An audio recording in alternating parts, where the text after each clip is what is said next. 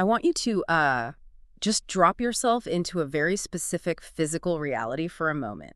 Just picture this in your mind. Yeah, really put yourself right in the middle of the scene. Exactly. So you are standing directly in the middle of the Mississippi floodplain. It's a late July afternoon, and the air is just, it's so thick and heavy with that ambient humidity, that you feel like you could literally swim through it. Oh yeah, that classic oppressive southern summer heat. Right. And the barometric pressure is just plummeting. The sky above the American bottom is bruised this deep, violent, almost black purple. A massive torrential thunderstorm is bearing down on you. The kind where the wind suddenly kicks up and the temperature drops 10 degrees in a minute. Exactly that. The prairie grasses are whipping around, and somewhere right in front of you, looming up against that churning sky, is a mountain. A very specific kind of mountain. Yes, because it is roughly 100 feet tall, it covers almost 15 acres at its base, and here's the physical problem staring you right in the face. It's made entirely of dirt. Just mud. Hand-carried mud. Mud that was hauled up there, basket by human hands. So as these massive, heavy drops of rain start to hit the ground, you have to ask yourself this fundamental engineering question. Why doesn't this mountain just, turn into a massive slurry of mud and slide right into the river? It is the defining question of this entire site. Because from a strictly physical standpoint, it goes against every intuition intuition we have about how granular materials behave, especially under that kind of extreme environmental stress. Right. I mean, if you've ever tried to build a tall sand castle near the tide line, you know that water and steep piles of earth are natural enemies. They absolutely are. So we are talking about Monk's Mound at Cahokia and its monumental cousins across the Mississippi drainage basin. Today, we're taking a deep dive into the source material to figure out how these Mississippian builders pulled off a feat of soil mechanics that, well, frankly, it rivals modern geotechnical engineering. It really does. And we're going to walk this site in our minds today, standing side by side like two structural engineers evaluating a job site, just totally geeking out over how they did this. And we've got some incredible sources guiding this deep dive. Our primary text is a geoarchaeology paper published in 2011 by Tristram R. Kidder, Sarah C. Sherwood, and their colleagues. Yeah, their work is so highly regarded in archaeology that they're affectionately nicknamed the Da Vinci's of dirt. The Da Vinci's of dirt. I love that. And we're also pulling from a broader dossier of excavation evidence. We're looking at Monk's Mound itself, the older Poverty Point site in Louisiana, and Shiloh Mound A in Tennessee. What we're doing is putting the physical evidence under a microscope. We're looking at the stratigraphy, the actual microscopic layering of the soil, to decode the hidden structural logic here. And if you're listening to this, you might think of dirt as just the annoying stuff under your shoes. Yeah. But today, we're going to show you how dirt becomes a highly calibrated technology. Because before we can even analyze their genius, we have to define the war they were fighting. And it was a literal war against physics. Physics and hydrology, right? Exactly. So to grasp a 100-foot dirt mountain, we need to talk about a foundational concept in civil engineering called the angle of repose. Okay, I've heard that term used in, avalanche dynamics, but how does it work for a static dirt mound? Well, at its most basic, the angle of repose is the steepest angle that a granular material can be piled without slumping. So like dumping a truckload of dirt. Yes, imagine a dump truck pouring perfectly dry, loose topsoil onto a flat driveway. It doesn't form a cube, right? It forms a cone. Right, a very specific cone shape. And the slope of that cone naturally settles at a very specific mathematical angle. For dry, loose dirt or sand, that angle is usually around 30 to 35 degrees. Because that's just gravity negotiating with friction. The friction between the dirt grains holds them together until it gets too steep, and then gravity just rips them down. Precisely. That 30-degree slope is where the material wants to rest. It's in equilibrium.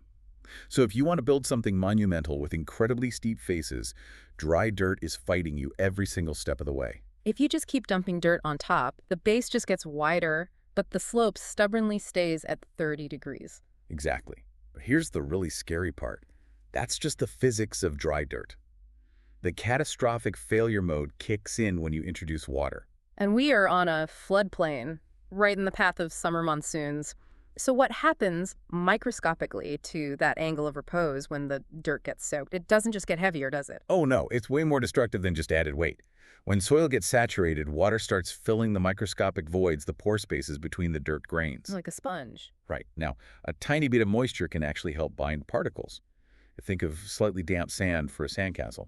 But when torrential rain keeps pounding and those pore spaces fill completely, the physics completely slip. The water pushes back. Yes, it starts actively pushing the individual grains apart.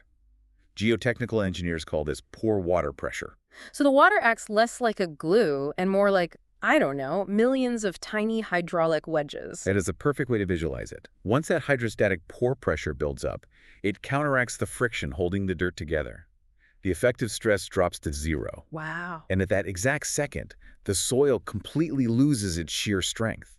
It stops being a solid and instantly behaves like a viscous liquid. It literally liquefies. Your mountain turns into soup. Yes, the mass undergoes liquefaction. That stable 30-degree slope collapses. And it's not a slow, polite erosion either. It fails catastrophically. You get a sudden landslide. A violent, deep-seated rotational slide. Thousands of tons of earth shearing off in seconds. Now, scale that up to Monk's Mound. Let's do the math on that, because standing at the base, it's incomprehensible. The footprint is roughly 955 feet by 775 feet. It's massive. The base is larger than the Great Pyramid of Giza. We're talking 22 million cubic feet of earth. If you just dumped that much topsoil on a swampy floodplain and pounded it with rain, you shouldn't get a monument. No. You should get the world's most dangerous mudslide. You really should. And this brings up a huge misconception we need to clear up right away. If you read some older literature or even modern travel blogs, you'll see the material of these rounds called adobe. Oh, I've definitely seen that, in older documentaries especially. And intuitively, it makes sense if you don't know better. You assume they bake the mud to make it hard. Right, but that wildly misrepresents the technology. When you hear adobe, you think of the American Southwest. You think of clay, sand, and straw formed into neat bricks and baked rock hard in a relentless desert sun. Right, a pre-dried solid block. But that is categorically not what we are dealing with here. They aren't in a desert, they're in the American bottom. It's basically a swamp. Exactly. The Mississippians were using selectively layered, raw, wet floodplain soil. This is raw earth, stacked in a hyperhumid environment where the water table is literally inches below the surface in some places. So they're building an earthwork larger than Giza in a swamp, using swamp dirt during monsoon-like downpours. If you pile dirt in a swamp, it dissolves. But this is still standing. And that is the crux of the genius Kidder's team uncovered. The Mississippians intimately understood their hostile environment. They couldn't just throw dirt in a pile. They had to invent a highly sophisticated, pre-literate system of soil mechanics. They had to empirically manipulate the physical properties of specific soils to fight hydrostatic pressure, which means they weren't just laborers. No, they were geotechnical engineers. And looking at the stratigraphy, the actual layers of these mounds, there's a cohesive system of engineering techniques, 5 of them specifically. And what's wild is that the engineering starts long before they even dump the first basket of dirt. That's the crucial first technique, selective mining. You can't just use the dirt under your feet if you want to defy physics. You have to go hunting for the good stuff. Let's talk about the Poverty Point site in Louisiana, because this completely changed how I view ancient labor. Poverty Point is a great touchstone. It's much older, built by hunter-gatherers between 1700 and 1100 BCE, but it shows the ancient roots of this engineering. When Kidder's team cut a trench into Mound A there, they didn't find a random jumble of topsoil. Which is what you'd expect if they were just scraping up the nearest dirt. Exactly. Instead, the massive core of the mound was built out of almost pure E-horizon soil. Okay, I have to stop you because unless you're a geologist, E-horizon sounds like sci-fi jargon. What makes it so special? Well, to understand it, you have to think about how soil forms over thousands of years. It forms in layers, or horizons. The top layer, the A horizon, is your classic, dark, loamy topsoil full of organics. Great for farming, bad for building. Right. But under older forests with heavy rain, water leaches down through the topsoil for millennia. It aggressively washes away the organic material and the swelling clays, pulling them deeper into the earth.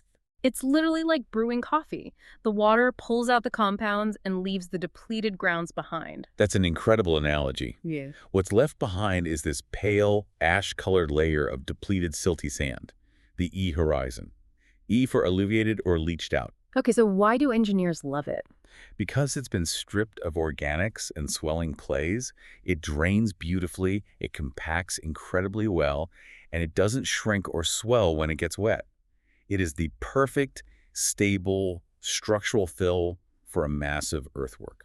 But here's the logistical catch that just blows my mind. E-horizon soil isn't on the surface, it's buried. Deeply buried, usually a meter or two beneath the heavy surface loess. So the builders at Poverty Point weren't just taking the easy dirt, they were deliberately strip mining the landscape, moving massive amounts of perfectly good topsoil, just tossing it aside as overburden just to reach this pale, silty layer. They were obsessively hunting for it, and we see the exact same thing later at Shiloh Mound A in Tennessee around 1250 CE. But they weren't looking for E-horizon at Shiloh, were they? No. At Shiloh, they were hunting a highly plastic red clay. And again, this wasn't surface dirt. It was buried 2 meters deep into the hillsides. Archaeologists have actually mapped the borrow pits where they mined it. How big are we talking? Massive, bowl-shaped scars in the earth, like 10 meters across and 2 meters deep. If we just pause and think about the logistics, it is staggering. You're moving millions of cubic feet of heavy topsoil just to expose the dirt you want. Then you mine that, load it, carry it, and pack it. All with zero mechanization. No wheeled carts, no draft animals. Every ounce was dug with stone or wooden tools, loaded into woven baskets, and carried on human backs. The social organization required is breathtaking. You have to feed the workers, manage the waste piles, coordinate human conveyor belts of carriers, and have skilled crews compacting the dirt at the site. It's industrial. Which tees up the next major hurdle perfectly. Let's say you've mined this perfect dirt and hauled it all the way to the site. You're still on a floodplain. You can't just leave a half-built pile of dirt sitting exposed to the elements. You absolutely cannot. And that brings us to the fifth technique, which pairs with the mining: deliberate speed. When geoarchaeologists looked at Poverty Point's Mound A, they were searching for weathering horizons, and they found something shocking. Okay, let's define a weathering horizon so we know what they were looking for. If I leave dirt in my yard for a year, what happens to it? It weathers. Raindrops act like tiny bombs, breaking the surface and washing fine silt downward. The sun bakes it, microcracks form, grass takes root.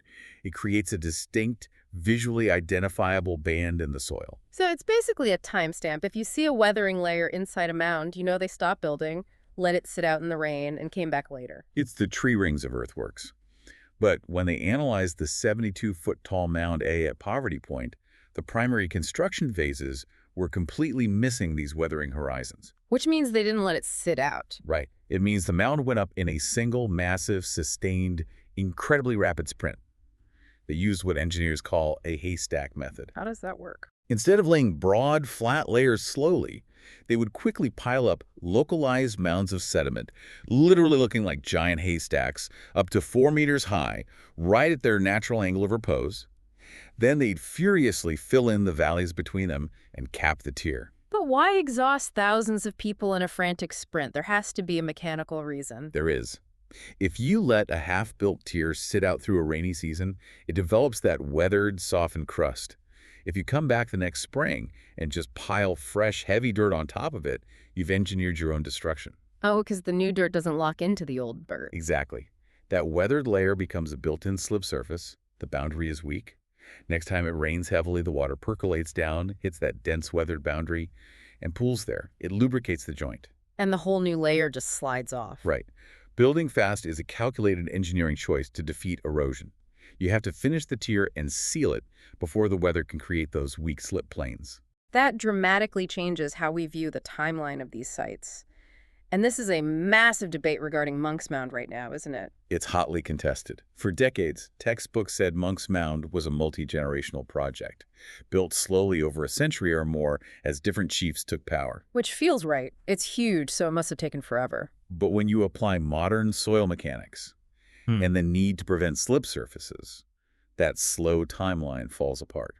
The physical evidence, the lack of deep weathering profiles, points to massive continuous mobilization. Wait, you're saying they sprinted Monk's Mound?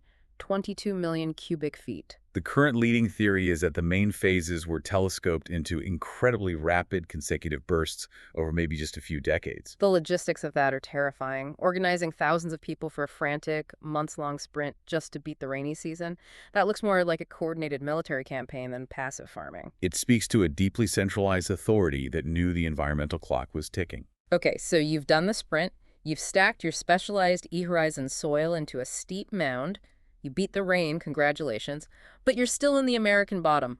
The next thunderstorm is coming. How do you protect this giant pile of raw dirt from turning into soup? That's technique number 2. Once you have the mass, you have to armor it. The Mississippians used a massive clay raincoat. I want to understand the mechanics of this raincoat. If I throw a sheet of wet clay over a pile of dirt, it's still going to get muddy. Not if you use the right clay and process it perfectly. Ah. At Mound, we have a pristine example. They didn't leave the structural fill exposed. They finished the exterior with a meticulous veneer of fine, red, sandy clay. So they basically plastered the mountain. Yes, over the entire gray interior core. And this is deeply functional hydrology. Fine clay, specifically smectite clay, is incredibly dense. The microscopic particles are shaped like tiny, flat plates. Okay. When hydrated and compacted, these plates overlap and pack so tightly that water practically cannot pass through them. They become impermeable. It turns the surface into a shield. So during a violent thunderstorm, instead of the rain breaking up the dirt and soaking in to cause that liquefaction, The water simply can't penetrate fast enough. it makes me think of a clay tennis court, like at the French Open. When it downpours there, the water doesn't turn the court into a swamp. Because it's so tightly packed, the water just beads up and sheets right off. That is the exact hydrologic mechanism. The clay raincoat turns a vertical downpour into rapid surface runoff. The water just sheets down the steep sides. They knew the best way to prevent internal failure was to deny the water entry in the first place. Brilliant. But a clay raincoat only works if the steep slopes don't just slow off under the rushing water. Plastering a 50-degree slope with wet clay seems like it would just slide down under its own weight. And that brings us to technique number 4. They invented a form of soft masonry using sod blocks. Sod blocks, like cutting chunks of turf out of a meadow? Literally that.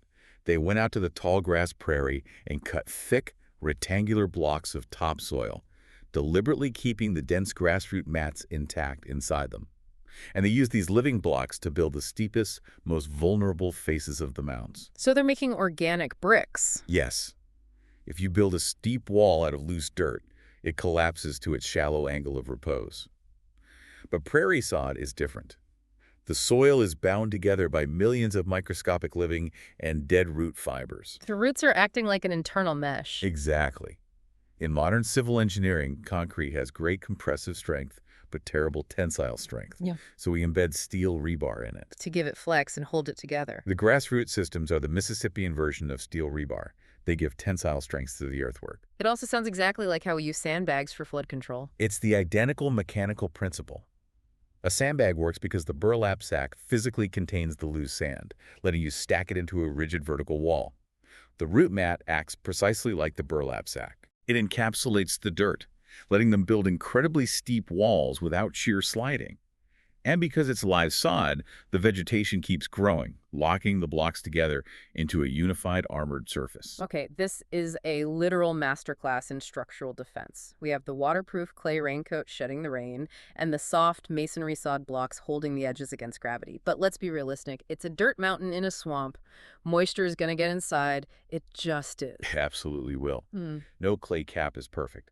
Animals burrow, microfissures open, and groundwater constantly seeps up into the base through capillary action. Right, it just wicks right up. So shutting water on the outside is great, but the real test is how they manage the water they couldn't keep out. And this brings us to technique number 3, the internal architecture. This is what truly earns them the Da Vinci's of dirt title for me. I agree completely. It's all about dynamically balancing internal water pressure. When geoarchaeologists cut trenches into the core, they expected to find a random, homogeneous mix of dirt. Just a dumped pile. Exactly. Instead, they found a highly engineered, repeating internal plumbing system. Break down the geometry of this for me, because reading about the physical arrangement of the soils just blew my mind. Inside the deep fill, the soil is laid in organized, alternating bands. You have a distinct layer of impermeable plastic clay. Right next to it, a distinct layer of highly porous coarse sand, clay, sand, repeating. But they aren't flat like a layer cake, are they? No, they are placed obliquely. They're deliberately tilted at a downward angle relative to the outside slope. Okay, I want to really dig into the physics here. What does tilting alternating layers of pure sand and pure clay actually achieve inside a wet mountain? It's a breathtakingly elegant solution to poor water pressure. We talked about how water pushes dirt grains apart and causes liquefaction. Right, the wedge effect. Now, solid clay is great at stopping water, but smectite clays absorb water into their molecules and swell. If a giant block of pure clay gets waterlogged, it swells, gets incredibly slick, loses all internal friction, and the whole mass shears and slides. So a mound of pure clay is a ticking time bomb. Yes. Now, pure sand is the exact opposite. It's highly porous, so it drains beautifully. But it has zero structural cohesion. You can't build a steep mountain out of pure sand. The first rainstorm will wash it away entirely.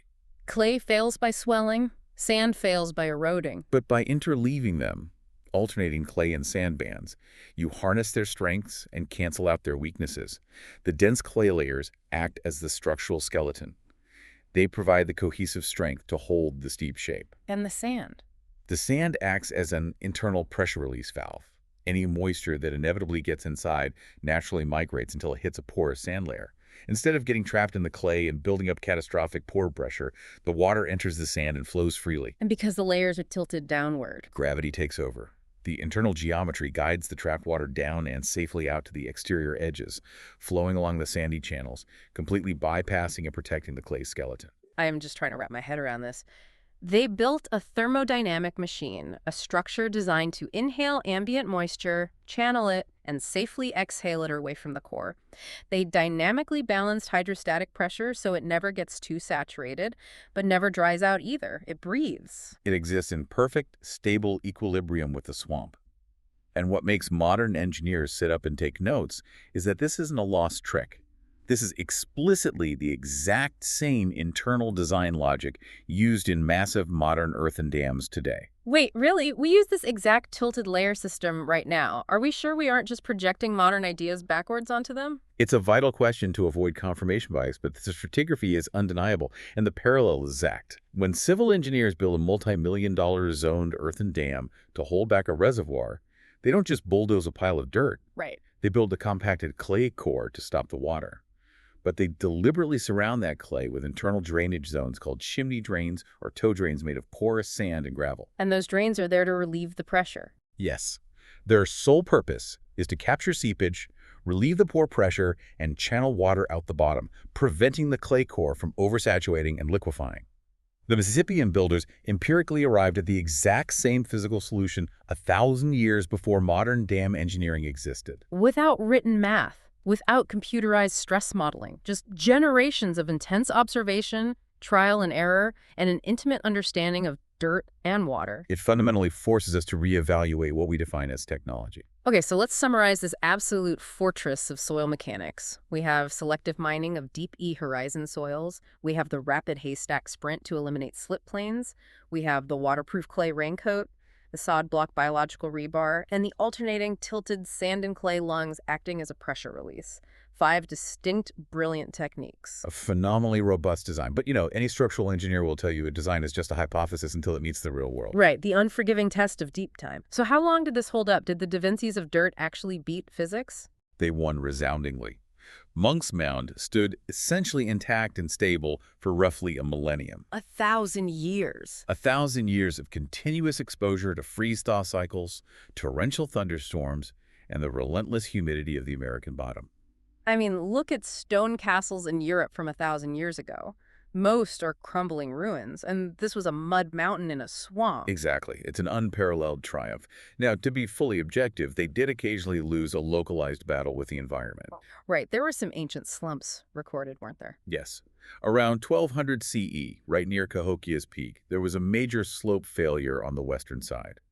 A section got oversaturated and slumped heavily, even bringing down a building on the summit. Wow, so the environment was just so punishing that even with all that engineering, failures happened. They fought an endless war with the floodplain. But the critical thing is, when it failed, they repaired it, they adapted, and the massive bulk of the structure held firm for another 800 years.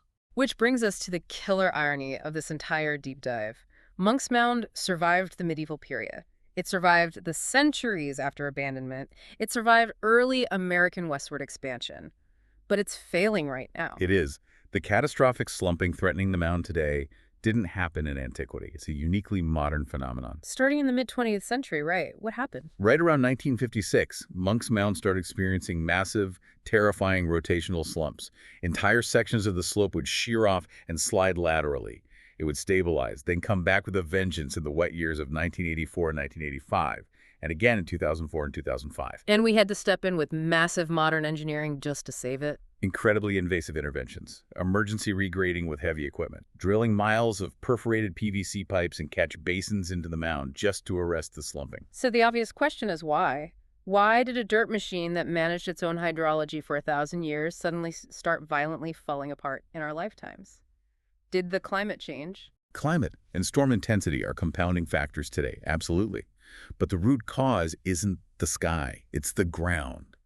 And the sad truth is, we are the ones who altered it. What would he do? In the 1940s and 50s, the region underwent massive industrialization. To build the interstate highway system and facilitate mega agriculture, the Army Corps of Engineers and local agencies systematically drained the floodplain. They installed industrial well fields and deep canals and deliberately, permanently lowered the regional groundwater table. Wait, we lowered the water table, but earlier you explicitly said the mound's internal plumbing was designed to interact with a high water table. And that explains the entire tragedy. Remember the internal lungs, the alternating clay and sand designed to breathe moisture. Yes. They engineered those clay layers to live permanently in a wet, hyperhumid environment. The ambient moisture gave the smectite clay its plasticity and immense cohesive strength. It kept the skeleton pliable. Oh no, I see where this is going. When modern engineers drained the swamp in the 1950s, we effectively pulled the plug on the mound's hydrology. The water dropped beneath the base. For the first time in 1,000 years, those internal clay layers were cut off from their moisture source, and they dried out. And what happens mechanically when that much highly plastic clay dries out? Severe desiccation. As water leaves the microscopic pores, the clay violently shrinks. It loses massive volume, becomes incredibly brittle, and shatters. Deep desiccation cracks tore through the core of the mound. The flexible skeleton literally cracked from the inside out. So we looked at this magnificent machine, brilliantly designed to process water, and in our infinite modern wisdom, we just turned off its water supply. We turned it off, and then we compounded it. We sliced deep cuts into the floodplain for roads and rails, pooling surface water unnaturally. And we let large, non-native trees grow unchecked on the mound. I'm guessing the tree roots shredded the clay raincoat. Completely shredded it.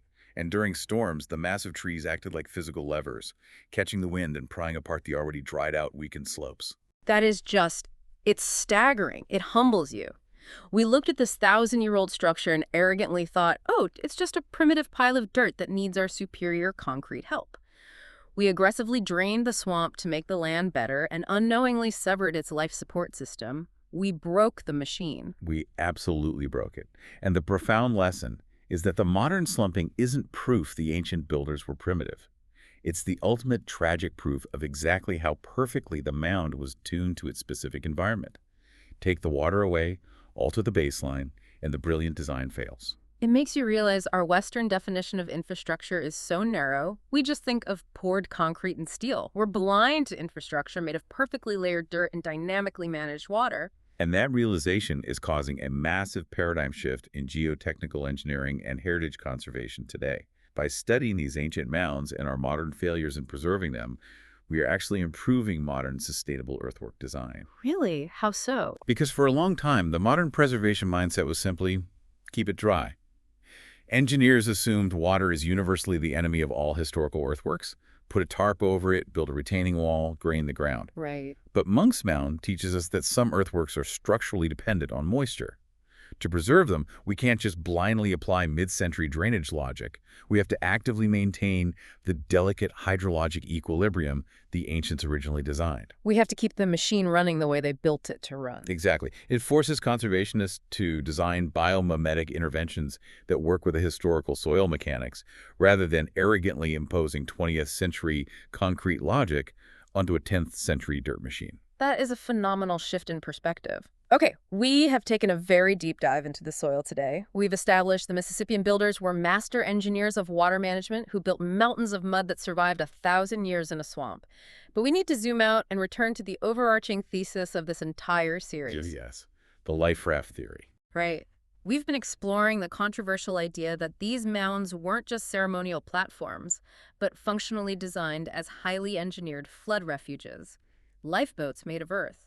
High ground specifically meant to keep food, seeds, and leadership safe when the river catastrophically flooded. It's a bold, functionalist thesis that challenges a lot of archaeological orthodoxy.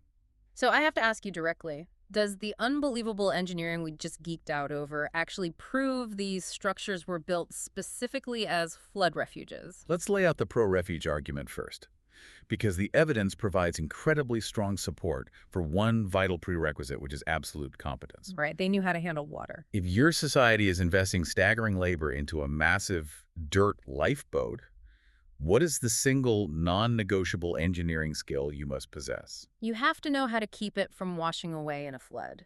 Exactly. You need the demonstrated ability to keep a structure high, dry, stable, and intact during total ground saturation, torrential rain, and a rapidly rising water table. A flood refuge is useless if it melts into the river the moment the flood hits. So the impermeable raincoat, the pressure-relieving sand core, the sod blocks, that's exactly the resume you want from your lifeboat designers. Precisely. They engineered a specific geometry to resist the softening and shear sliding that rising floodwaters guarantee. A society that can build a dirt mound that survives 1,000 thunderstorm seasons has empirically solved the problem of staying dry above rising water. The technical competence is demonstrably flood competence. Right, it's a deeply compelling argument. But I know there's a massive but coming. There's always a but in archaeology. Yeah. We have to steel-man the counter-argument and be honest about what the evidence proves versus what it suggests. Let's hear it. What's the counter? The counter-argument asks a difficult question.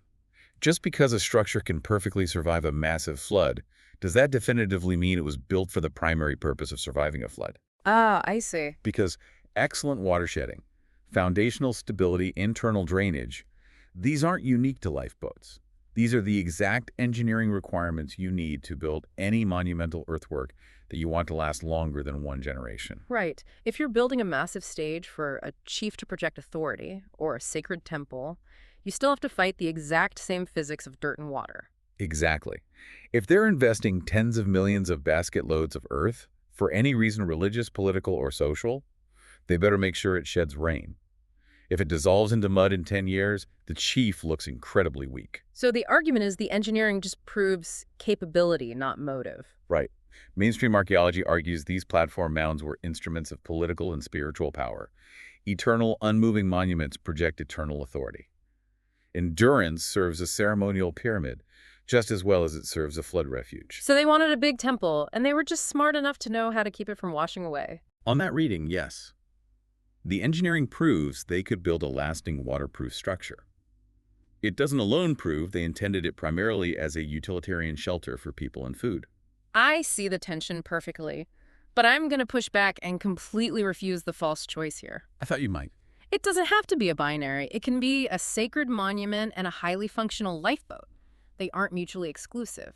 A structure brilliantly engineered to stay high and dry is, regardless of what it originally symbolized, undeniably available as high, dry ground when the river crests and destroys the farms. That is a very fair, pragmatic synthesis. We've definitively proven today that they had the geotechnical chops to build an invincible breathing island in a flooded valley.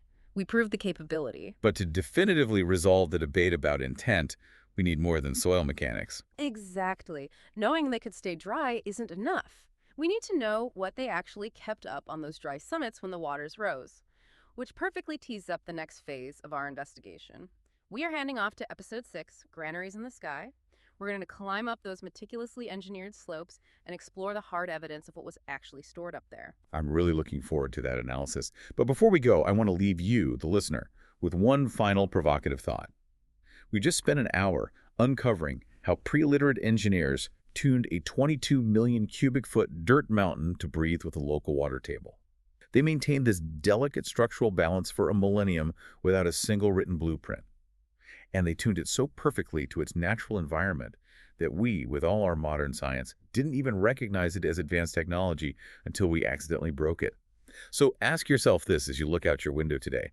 If ancient people could hide a masterclass of geotechnical engineering in plain sight, disguised simply as a pile of dirt, what other massive, hidden, perfectly balanced environmental systems did they engineer that we still blindly mistake for pristine nature? That is a phenomenal perspective-shifting question to end on. It changes how you look at the entire landscape.